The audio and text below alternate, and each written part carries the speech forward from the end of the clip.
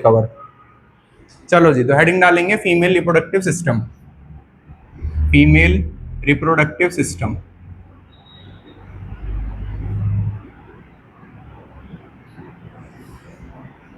Female reproductive system. Last topic sperm का structure पढ़ाया था मैंने, है ना। तो फीमेल रिप्रोडक्टिव सिस्टम ध्यान से देखेंगे सारे बच्चे। तो यहाँ पे फीमेल रिप्रोडक्टिव सिस्टम में सबसे पहले पेयर ऑफ ओवरीज आती है। क्या आती है? पेयर ऑफ ओवरीज आती है भाई, ठीक है, सबसे पहला पॉइंट।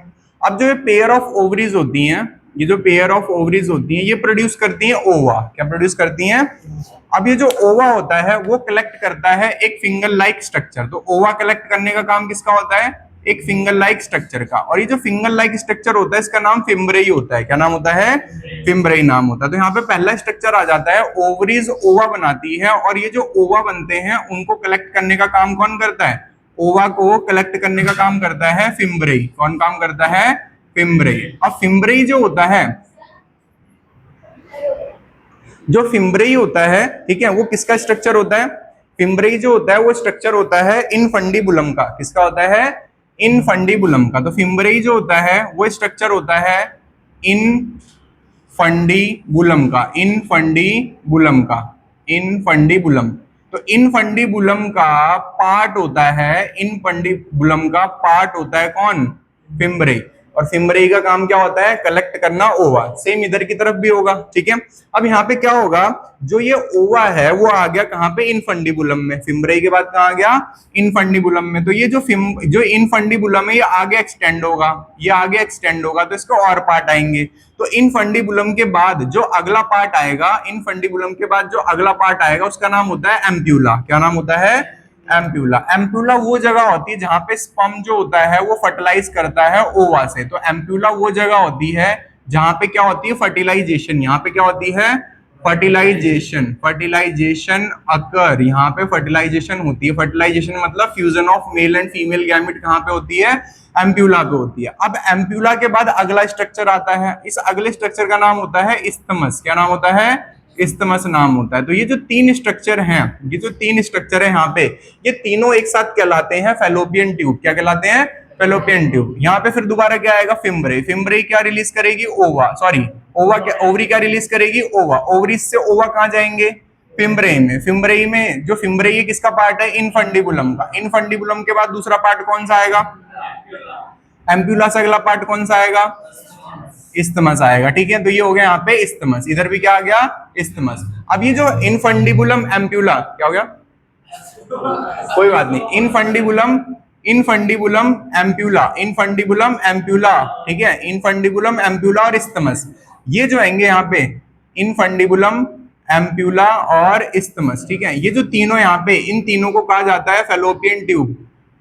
फैलोपियन ट्यूब, या इन तीनों को कहा जाता है ओविडक्ट। ओविडक्ट, क्योंकि ओवा को लेके जा रहे हैं तो इसलिए इनका नाम होता है ओविडक्ट। क्या कहते हैं? ओविडक्ट। अब यहाँ पे जो ये इनफंडीबुलम और ये जितने भी स्ट्रक्चर हैं ये जाके कनेक्ट हो जाते हैं यूट्रस में। किसमें कनेक्ट हो जाते हैं? यूट्रस में। तो ये जाके कनेक्ट हो जाते हैं किसमें?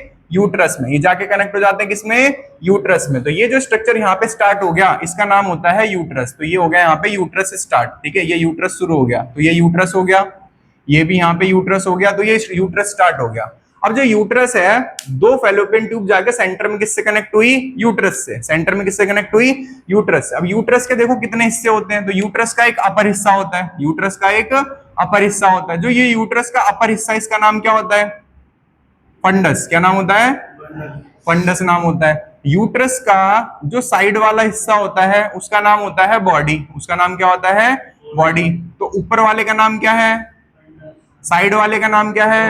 बॉडी नाम है, ठीक है भाई। अब यूट्रस का लोअर हिस्सा, यूट्रस का लोअर हिस्सा, तो यूट्रस का जो लोअर पार्ट होता है, यूट्रस का जो लोअर पार्ट होता है वो होता है सर्वेक्स, वो होता है सर्वेक्स, और उसके बाद आता है वजाइना। सर्वेक्स और वजाइना। तो यहाँ पे ये दोनों क्या कहलाते हैं? Lower part of uterus. तो ये क्या कहलाते हैं?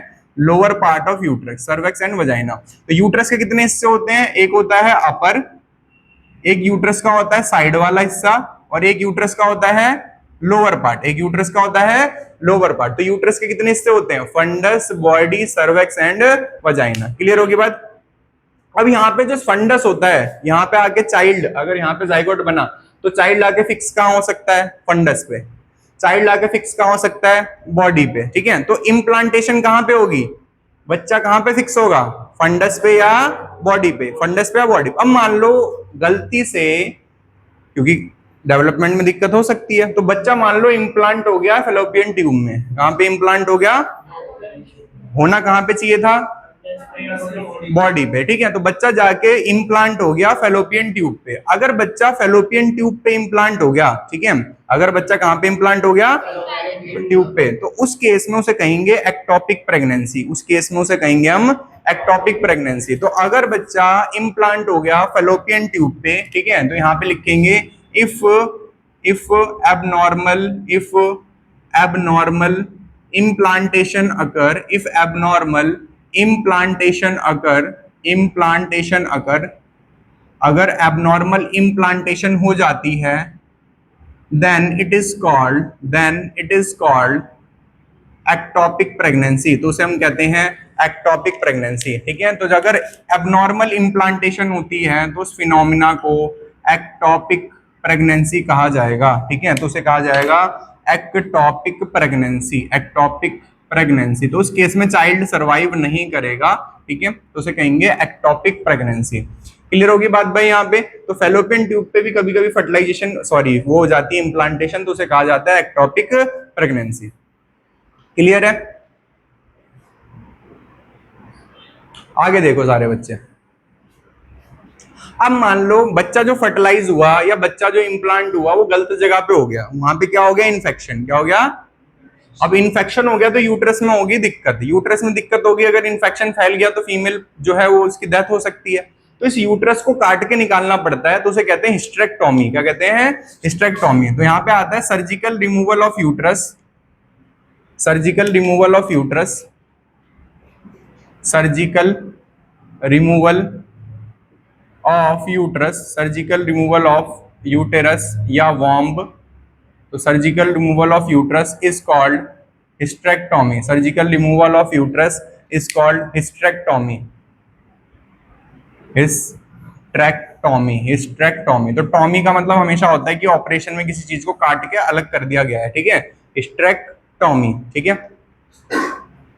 अब यहाँ पे जो मैंने ये स्ट्रक्चर बनाया सेंटर में, क्या नाम है इसका साहब भैया? यूट्रस। क्या नाम है? यूट्रस, ठीक है भाई। तो यूट्रस जो होता है, इस यूट्रस में 3 पार्ट्स आएंगे, अपर, साइड और लोअर, ठीक है। अपर पार्ट का नाम क्या है यूट्रस के? फंडस, ठीक है भाई। यूट्रस के लोअर पार्ट का नाम है सर्वेक्स एंड वजाइना, ठीक है। तो ये इसका हो गया lower part, cervix and vagina. और जो इसका साइड वाला पार्ट है उसका नाम है बॉडी, ठीक है। अब जो लोअर पार्ट है सर्वेक्स एंड वजाइना, इन दोनों को एक साथ कहते हैं बर्थ कैनाल, क्योंकि जो चाइल्ड होता है यहीं से बाहर आएगा तो इसका नाम होता है बर्थ कैनाल। तो ये cervix and vagina together form birth canal, ठीक है, टुगेदर फॉर्म बर्थ कैनाल। यहाँ पे कुछ बच्चों को कुछ नॉलेज की बात बताता हूँ। जो वजाइना है वो तो वाइड हो जाती है बहुत ज्यादा, पर जो सर्वेक्स होता है, जो सीमन है, जो स्पर्म है, वो यही रिलीज होगा, ठीक है, सर्वेक्स की आउटर ओपनिंग पे और इनर ओपनिंग पे। इधर स्किन है, इधर भी स्किन है। तो सर्वेक्स जो होता है वो बहुत पतला होता है। कितना पतला होता है? तो मान के चलो एक रिफिल जो होती है, रिफिल के अंदर जितना गैप होता है उतना वो पतला होता है सर्वेक्स, ठीक है। तो सर्वेक्स से स्पर्म ऊपर जाता है बाय कॉन्ट्रैक्शन। कैसे जाता है? By contraction. मतलब वो सर्वेक्स से ऊपर जा ही नहीं सकता स्पर्म, ठीक है। अब यहाँ पे जो सर्वेक्स से ऊपर गया, अब मान लो चाइल्ड आया, तो चाइल्ड का हेड तो बहुत बड़ा होता है, तो सर्वेक्स तो बहुत पतला होता है, तो चाइल्ड बाहर कैसे आएगा? तो जो फीमेल को पेन होता है उसे कहते हैं लेबर पेन। लेबर पेन जो होता है वो सर्वेक्स को डायलेट करने के लिए होता है, ठीक है, सर्वेक्स को डायलेट करने के लिए। डायलेशन होता है चौड़ा, ठीक है, कॉन्ट्रैक्शन मतलब होता है पतला, ठीक है। तो सर्वेक्स डायलेट हो सके, सर्वेक्स चौड़ा हो सके, उसके लिए होता है लेबर पेन। लेबर पेन क्यों होता है? कॉन्ट्रैक्शन की वजह से। किसकी वजह से? कॉन्ट्रैक्शन की वजह से। बहुत जल्दी जल्दी कॉन्ट्रैक्शन कराई जाती है ताकि ये लूज हो जाए, ताकि ये लूज हो जाए। और ये अगर लूज हो जाएगा तो यहाँ पे चाइल्ड का हेड क्या आ पाएगा? बाहर आ पाएगा। समझ में आ गई बात? तो फिर सर्जरी करनी पड़ेगी। तो सर्जरी क्यों प्रॉब्लमेटिक होती है? ये यूट्रस है, इसके ऊपर पेट है, ठीक है, लोअर पार्ट है पेट का, तो उस पेट से काटना शुरू करेंगे। तो पेट की सबसे पहले ऊपर अपर लेयर कटेगी, एपिथेलियम कटेगी, उसके नीचे कटेगी, ठीक है, लेयर, उसके फिर नीचे की लेयर कटेगी, फिर फेशिया कटेगा, ठीक है, मतलब 6-7 लेयर कटी। फेशिया कटने के बाद फिर इसकी 3-4 लेयर कटेंगी, फिर जाके चाइल्ड आएगा, ठीक है। तो इतनी सारी लेयर कटने के बाद उसे हीलिंग होने में कई महीने लग जाते हैं और बॉडी बेकार हो जाती है, आ जाता है। सर्वेक्स अपनी पुरानी कंडीशन में वापस आ जाता है, वजाइना भी अपनी पुरानी कंडीशन में वापस आ जाती है। अब यहाँ पे बात करते हैं किसकी, यूट्रस की लेयर की। पहले लिख लो फिर बात करते हैं यूट्रस की लेयर की। तो is called hysterectomy, HYSTRECTOMI, hysterectomy.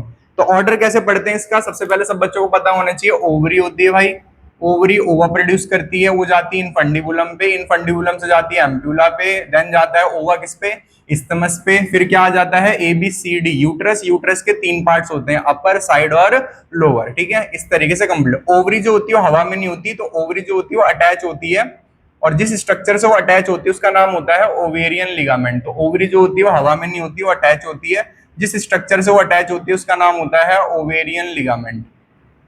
Ovarian ligament से वो अटैच होती है, तो ये हो गया यहाँ पे ओवेरियन लिगामेंट। तो ओवरी अटैच होती है बाय ओवेरियन लिगामेंट।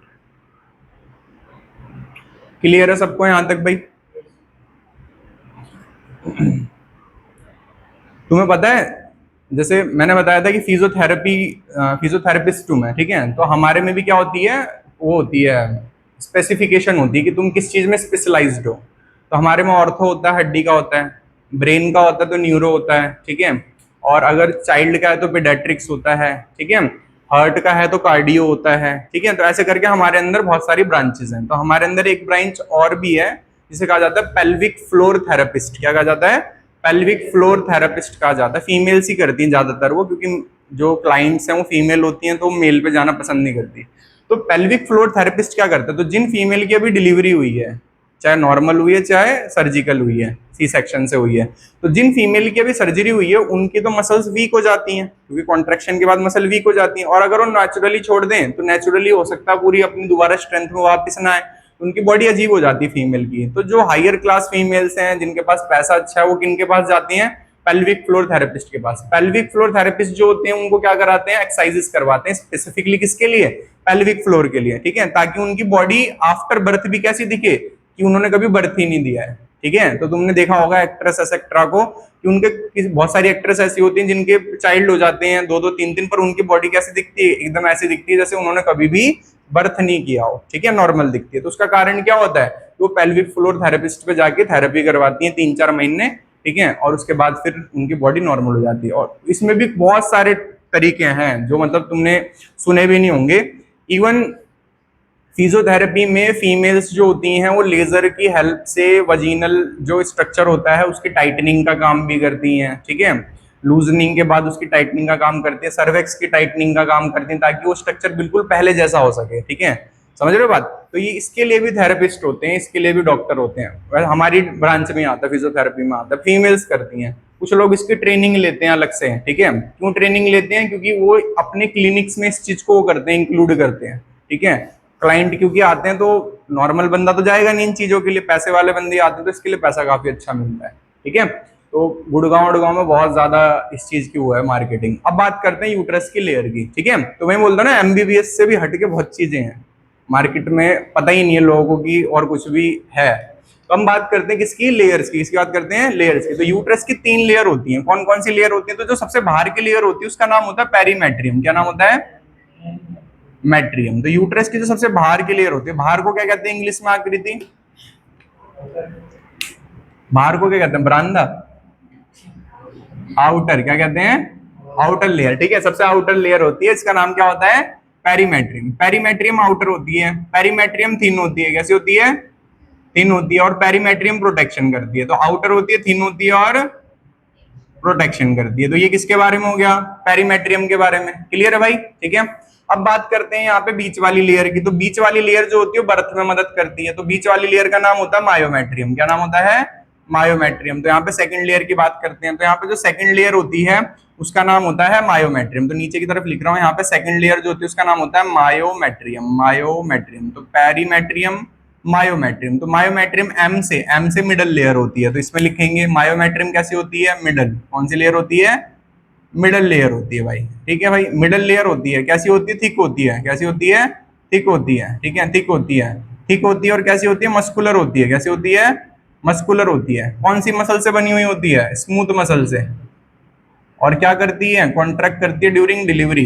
कॉन्ट्रैक्ट करती है ड्यूरिंग डिलीवरी। तो ये क्या करती है, कॉन्ट्रैक्ट करती है, कॉन्ट्रैक्शन करती है during delivery, contraction during parturition, parturition. तो बर्थ के टाइम पे क्या करती है, कॉन्ट्रैक्शन करवाती है। थर्ड लेयर जो होती है उसका नाम क्या होता है, एंडोमेट्रियम। क्या नाम होता है, एंडोमेट्रियम। तो थर्ड लेयर होती है एंडोमेट्रियम। तो यहाँ पे जरा ध्यान दो, ये मैंने बनाई एंडोमेट्रियम। एंडोमेट्रियम में क्या डेवलप होती है, बहुत सारी ब्लड वेसल्स। क्या डेवलप होती हैं, ब्लड वेसल्स। क्या डेवलप होती हैं, ब्लड वेसल्स। क्या डेवलप होती हैं, ब्लड वेसल्स। क्यों डेवलप होती है, क्योंकि भाई ताकि अगर चाइल्ड आया तो उस चाइल्ड के साथ कनेक्शन बन सके, उसको न्यूट्रिशन मिल सके।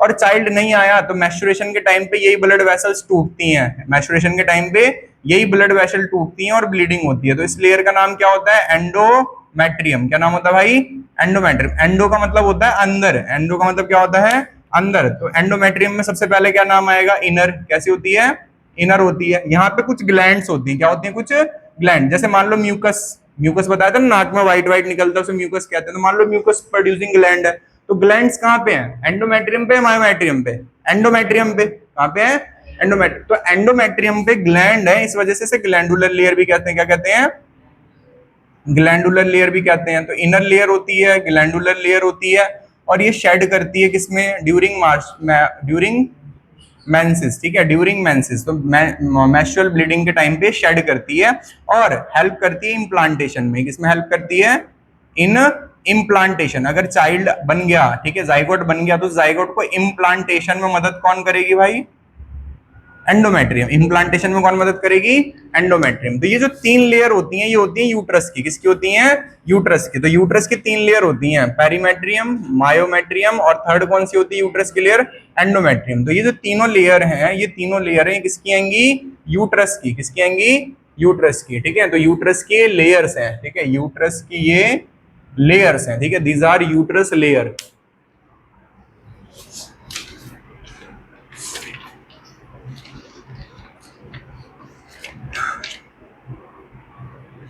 तो एक पॉइंट और रह गया यहाँ पे, जो वजाइना होती है, यहाँ पे एक ग्लैंड पाई जाती है। ठीक है, तो मैंने बताया था सबसे अंदर वाली लेयर कैसी होती है, ग्लैंडुलर होती है। तो यहाँ पे ग्लैंड पाई जाती है, उसका नाम होता है बार्थोलियन gland. Bartholin gland, Bartholin gland होती है लुब्रिकेशन के लिए, ताकि पीनिस की एंट्री इजिली हो सके। तो लुब्रिकेशन के लिए होती है, ये लुब्रिकेशन प्रोड्यूस करती है बार्थोलियन ग्लैंड।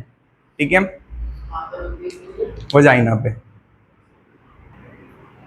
तो फीमेल रिप्रोडक्टिव सिस्टम में स्ट्रक्चर का नाम है ओवरीज। ओवरीज जो होती हैं उसका इंटरनल स्ट्रक्चर अगर हम देखें, तो इंटरनल स्ट्रक्चर को देखने से पहले हमें ओवरी में देखने को मिलेगी उसकी सबसे आउटर लेयर, जिसका नाम होता है टूनिका अल्बगनिया।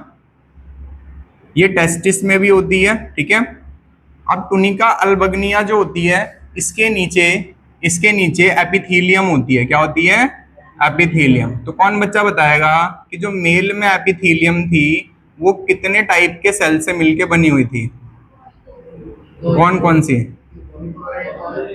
कॉलमनर है ना, क्यूबॉइडल और कॉलमनर। यहाँ पे जितनी भी सेल्स होती हैं सब बनी हुई होती हैं क्यूब लाइक सेल से। कैसी बनी होती हैं, तो यहाँ पे एक ही तरीके की सेल्स होती हैं। तो ये बनाओ जल्दी जल्दी। तो ये कौन सी सेल्स होती हैं, क्यूब लाइक सेल्स होती हैं। तो सारी क्यूबॉइडल सेल्स होती हैं, all are cuboidal cells, all are cuboidal cells. तो ये जो लेयर होती है टूनिका अल्बगनिया के नीचे, इसका नाम होता है जर्माइनल एपिथीलियम, जर्माइनल एपिथीलियम। और जर्माइनल एपिथीलियम जो होती है मेल के अंदर भी थी। ठीक है, और जर्माइनल एपिथीलियम जो इनकी होती है, ये बनी हुई होती है made up of cuboidal cell. It is made up of, it is made up of cuboidal cell, it is made up of cuboidal cell. तो क्यूबॉइडल सेल से मिलके बनी हुई होती है। तो इनके सेल की शेप होती है क्यूब लाइक। ठीक है, अब ओवरीज जो होती हैं इसके अंदर दो एरिया होते हैं। ठीक है, एक होता है ओवरी का आउटर एरिया और एक होता है ओवरी का इनर एरिया। ठीक है भाई, ओवरी का आउटर एरिया, ओवरी का इनर एरिया। तो जो ओवरी का आउटर एरिया होता है उसका नाम होता है कॉर्टेक्स। क्या नाम होता है, कॉर्टेक्स। और ओवरी का जो इनर एरिया होता है उसका नाम होता है मेडुला। क्या नाम होता है, मेडुला। क्लियर। तो ओवरी में कितने एरिया बनते हैं, कॉर्टेक्स और मेडुला।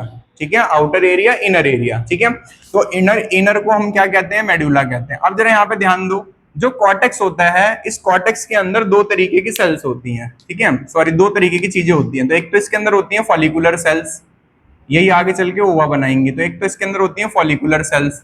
तो कॉर्टेक्स में क्या क्या होता है, कॉर्टेक्स में होती है फॉलिकुलर सेल्स, ठीक है, फॉलिकुलर सेल्स। और कॉर्टेक्स में दूसरी चीज क्या होती है, डेंस कनेक्टिव टिश्यू, दूसरा होता है यहाँ पे डेंस कनेक्टिव टिश्यू। तो कॉर्टेक्स में दो चीजें होती हैं। तो कॉर्टेक्स जो होता है it is made up of follicular cell plus dense connective tissue, dense connective tissue, dense connective tissue, dense connective tissue. और डेंस कनेक्टिव टिश्यू को हम कहते हैं स्ट्रोमा। क्या कहते हैं, स्ट्रोमा। तो जो कॉर्टेक्स होता है वो दो चीजों से मिलकर बना होता है, फॉलिकुलर सेल्स एंड स्ट्रोमा। तो कॉर्टेक्स जो होता है it is made up of follicular cells and stroma. Cortex is made up of follicular cells and stroma. Medulla की बात करते हैं। मेडुला जो होता है यहाँ पे लूज कनेक्टिव टिश्यू होते हैं। यहाँ पे क्या होते हैं, लूज कनेक्टिव टिश्यू, और कुछ नहीं होता। तो मेडुला में क्या होता है, it is made up of loose connective tissue, it is made up of loose connective tissue, loose connective tissue, loose connective tissue। तो मेडुला जो होता है वो बना होता है लूज कनेक्टिव टिश्यू से, लूज कनेक्टिव टिश्यू से। तो ये हो गया स्ट्रक्चर ऑफ ओवरीज। तो ओवरी के स्ट्रक्चर में दो एरिया होते हैं। तो सेकंड हेडिंग डालेंगे हम ओवरीज के बाद वजाइना। हाँ, इंटरनली देखने को मिलता है कॉर्टेक्स है। ये तो उसमें था, मेल में था ना ये सब, कॉर्पस लूटियम, ये सब जो कह रहे हो ना, ये आएगा जब तुम्हारा ओवुलेशन होगा। जो फॉलिकल्स हैं, यहाँ पे अभी तुमने कॉर्टेक्स में क्या देखा, फॉलिकल्स देखा, ठीक है। अभी जो फॉलिकल्स हैं, फॉलिकल डेवलप करेंगे, क्या करेंगी, डेवलप करेंगे। डेवलप करने के बाद ये अपने अंदर से रिलीज करेंगे ओवा। जब अपने अंदर से ओवा रिलीज कर देंगे तो इनकी आउटर लेयर किस में कन्वर्ट हो जाएगी, कॉर्पस लूटियम में, ठीक है। तो वो प्रोसेस कब होगी, बाद में। अभी बस हमने क्या पढ़ा कि इनमें क्या होती है, फॉलिकल्स होती हैं, ठीक है। वो प्रोसेस जब आएगा तब समझाऊंगा। अब हम पढ़ रहे हैं वजाइना। तो वजाइना में लिखोगे हैव बार्थोलियन ग्लैंड, इसके पास होती है have Bartholin gland, Bartholin gland for lubrication. तो इसके पास बार्थोलियन ग्लैंड होती है फॉर लुब्रिकेशन। नेक्स्ट आता है it is a passage. Vagina जो होता है वो पैसेज होता है for menstrual flow, it is a passage for menstrual flow. It receive semen, ये रिसीव करता है सीमन। नेक्स्ट आता है it is also called birth canal, ठीक है। सर्वेक्स के साथ ही क्या बनाता है, बर्थ कैनाल। तो इसको हम कहते हैं बर्थ कैनाल। और नेक्स्ट आता है यहाँ पे जो इसकी ओपनिंग होती है, तो वजीनल ओपनिंग, तो जिसे हम कहते हैं वजीनल ओरिफेस, ओरिफेस। तो vaginal orifice covered by a membrane, vaginal orifice is covered by a membrane called hymen। तो vaginal orifice is covered by a membrane called hymen। next it can be, तो यहाँ पे एक चीज ध्यान रखना, जो कवर्ड वर्ड बोलते हैं ना, ठीक है, इस कवर्ड का मतलब होता है पार्शियली। क्या मतलब होता है, पार्शियली। क्योंकि कंप्लीट कवर होगा तो मेंस्ट्रुअल ब्लड कैसे बाहर आएगा, है ना। तो कैसे कवर होता है, ये पार्शियली कवर्ड होता है, ठीक है। तो it is covered by a membrane called hymen, और ये कवर्ड होता है पार्शियली, ठीक है। हाइमन जो होता है इट कैन रप्चर, ये रप्चर हो सकता है। तो it can rupture due to coitus, ठीक है। तो सेक्सुअल इंटरकोर्स की वजह से ये रप्चर हो सकता है, या साइक्लिंग की वजह से रप्चर हो सकता है।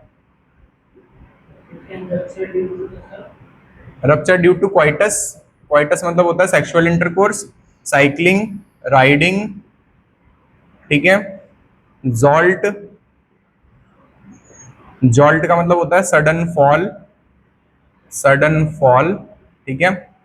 इसके बाद आता है वजीनल टैम्पॉन। तो जो मेंस्ट्रुअल ब्लड होता है उस मेंस्ट्रुअल ब्लड को रोकने के लिए, एब्जॉर्ब करने के लिए जो स्ट्रक्चर होता है उस स्ट्रक्चर का नाम है वजीनल टैम्पॉन, ठीक है। तो इसकी वजह से भी रप्चर हो सकता है हाइमन, ठीक है, वजीनल टैम्पॉन। ये वाला जोल्ट, JOLT, ठीक है। Next, it is not a, it is not a indicator, indicator of virginity.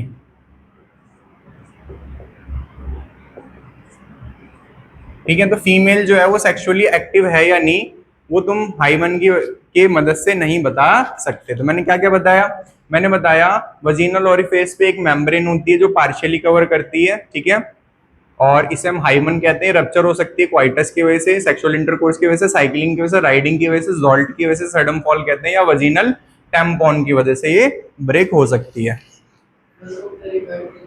शायद 10-12 साल का रहूंगा।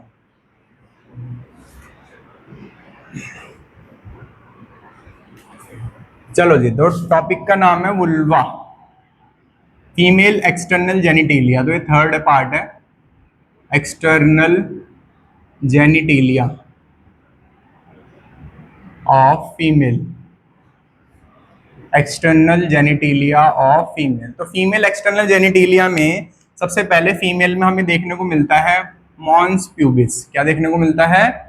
Mons pubis. तो जो सबसे अपर पार्ट है ये देखने को मिलता है मॉन्स प्यूबिस। तो यहाँ पे क्या होते हैं? Pubic hairs. तो ये हो गया मॉन्स प्यूबिस, ठीक है। तो पहले इसका नाम लिखेंगे कि ये पहला स्ट्रक्चर है और इसका नाम है मॉन्स प्यूबिस, मॉन्स प्यूबिस। और मॉन्स प्यूबिस में क्या देखने को मिलते हैं? Hairs, hairs present, hairs present. तो मॉन्स प्यूबिस और मॉन्स प्यूबिस में हमें देखने को मिलते हैं हेयर्स, ठीक है भाई। मॉन्स प्यूबिस के बाद हमें देखने को मिलता है सेंट्रल पार्ट। तो जो सेंट्रल पार्ट होता है उसके अंदर पहले स्किन के फोल्ड्स होते हैं जो वजीनल ओपनिंग को कवर करके रखते हैं। तो ये जो स्किन के फोल्ड्स होते हैं, ठीक है, ये जो स्किन के फोल्ड्स होते हैं इनका नाम होता है लेबिया मेजोरा, और लेबिया मेजोरा पे भी हेयर्स पाए जाते हैं। तो यहाँ पे जो सेकंड स्ट्रक्चर आता है उसका नाम होता है लेबिया मेजोरा। तो इसका नाम होता है लेबिया मेजोरा। लेबिया मेजोरा जो होता है यहाँ पे भी प्रेजेंट होते हैं हेयर्स। तो यहाँ पे क्या होता है? हेयर प्रेजेंट होते हैं, ठीक है। और ये क्या होता है? स्किन का फोल्ड होता है, ठीक है। तो ये स्किन का फोल्ड होता है जो कवर करता है वजीनल ओपनिंग को। इसके बाद आता है लेबिया मेजोरा के बाद सेंट्रल पार्ट। तो सेंट्रल पार्ट जो होता है उसे कहते हैं लेबिया माइनोरा। तो लेबिया माइनोरा जो होता है यहाँ पे हेयर्स नहीं होते। हाँ, लेबिया, लेबिया, ठीक है, मेबिया लिख दिया मैंने, लेबिया, ठीक है, LABIA, ठीक है। तो जो लेबिया माइनोरा होता है इसके अंदर दो अटैचमेंट होती हैं, एक अपर अटैचमेंट और एक लोअर अटैचमेंट, ठीक है। तो लेबिया माइनोरा, तो लेबिया माइनोरा जो होता है, labia minora, labia minora, labia minora जो होता है यहाँ पे हेयर अपसेंट होते हैं। तो हेयर अपसेंट होते हैं। लेबिया माइनोरा जो होता है इसकी दो अटैचमेंट होती हैं, एक अपर अटैचमेंट होती है और एक लोअर अटैचमेंट होती है। तो जो इसकी अपर अटैचमेंट होती है लेबिया माइनोरा की, उसे हम कहते हैं एंटीरियर फोल्ड, उसे हम कहते हैं एंटीरियर फोल्ड। और जो इसकी लोअर अटैचमेंट होती है उसे कहते हैं पोस्टीरियर फोल्ड, पोस्टीरियर फोल्ड। तो इसकी एक एंटीरियर अटैचमेंट होती है और एक पोस्टीरियर अटैचमेंट होती है। जो इसकी एंटीरियर अटैचमेंट होती है यहाँ पे पाया जाता है क्लिटोरिस हुड, और क्लिटोरिस हुड जो होता है वो कवर करके रखता है क्लिटोरिस को। तो यहाँ पे दो चीजें पाई जाती हैं। तो anterior fold have clitoris hood, clitoris hood, and it contain, and it contain, and it contain clitoris, and it contain clitoris. Clitoris के बारे में क्या लिखेंगे? क्लिटोरिस जो होता है इट एनलार्ज, इट एनलार्ज, ये एनलार्ज हो जाता है, हाँ, hood, it enlarge during coitus. तो ये क्वाइटस के टाइम पे एनलार्ज हो जाता है, थोड़ा बड़ा हो जाता है क्लिटोरिस, ठीक है। क्लिटोरिस जो होता है ये पीनिस के सेम माना जाता है। तो it is analogous to penis, तो it is analogous to penis, it is analogous to penis. तो फीमेल के पीनिस को क्लिटोरिस कहते हैं, ऐसा माना जाता है, ठीक है, एनालोगस टू पीनिस। अब आता है पोस्टीरियर फोल्ड। पोस्टीरियर फोल्ड जो होता है इसे हम कहते हैं फोरचेट, ठीक है। तो इसको हम कहते हैं फोरचेट, पोस्टीरियर फोल्ड को हम कहते हैं फोरचेट, पोस्टीरियर फोल्ड को हम कहते हैं फोरचेट। और जो फोरचेट होता है यहाँ पे और कोई फंक्शन देखने को नहीं मिलता, ठीक है। ये हो गया पोस्टीरियर फोल्ड। यहाँ तक दोबारा समझाओ क्या बताया मैंने भाई? सबसे ऊपर होता है मॉन्स प्यूबिस जहाँ पे हेयर होते हैं, इसके नीचे होता है लेबिया मेजोरा, लेबिया मेजोरा में हेयर होते हैं, स्किन फोल्ड होती है यहाँ पे कवर करने के लिए ओपनिंग को। लेबिया माइनोरा जो होता है यहाँ हेयर अपसेंट होते हैं, माइनोरा के दो पार्ट होते हैं, anterior fold, posterior fold. Anterior fold में क्लिटोरिस हुड होता है, क्लिटोरिस हुड में क्लिटोरिस होता है जो एनलार्ज हो जाता है, यहाँ पे एनलार्ज हो जाता है ड्यूरिंग, अनलार्ज लिखा है, एन आएगा, एनलार्ज हो जाता है ड्यूरिंग क्वाइटस, ठीक है। और ये एनालोगस टू पीनिस, पीनिस के इक्वल माना जाता है। इसे पोस्टीरियर फोल्ड जो होता है उसे फोरचेट कहते हैं, ठीक है। यहां तक समझ में आया सबको। अब यहाँ पे जो माइनोरा होता है, इस माइनोरा के सेंटर में, माइनोरा के सेंटर में दो ओपनिंग होती है। माइनोरा के सेंटर में क्या होती है? दो ओपनिंग होती हैं, और ये जो दोनों ओपनिंग होती है इन्हें वेस्टिब्यूल कहते हैं। तो जो माइनोरा होता है उसके सेंटर में दो ओपनिंग होती हैं और दोनों ओपनिंग को कहते हैं हम वेस्टिब्यूल, वेस्टिब्यूल, ठीक है। वेस्टिब्यूल जो होता है इसमें क्या क्या होता है? Vestibule have two openings, vestibule have two openings, जिसमें एक अपर ओपनिंग होती है, एक लोअर ओपनिंग होती है। जो अपर ओपनिंग होती है, ठीक है, अपर ओपनिंग जो होती है उसका नाम होता है urethral opening, urethral opening, urethral opening. तो ये यूरेथ्रा की ओपनिंग होती है, यूरिन की ओपनिंग होती है। और जो लोअर ओपनिंग होती है, लोअर जो ओपनिंग होती है वो होती है वजीनल ओपनिंग।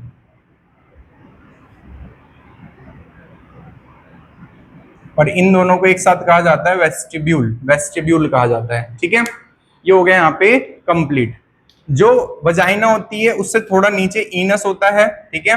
और ईनस और वजाइना के बीच में जो ये गैप होता है, ये जो स्किन होती है, इसे पेरिनियम कहते हैं, पेरिनियम कहते हैं, ठीक है।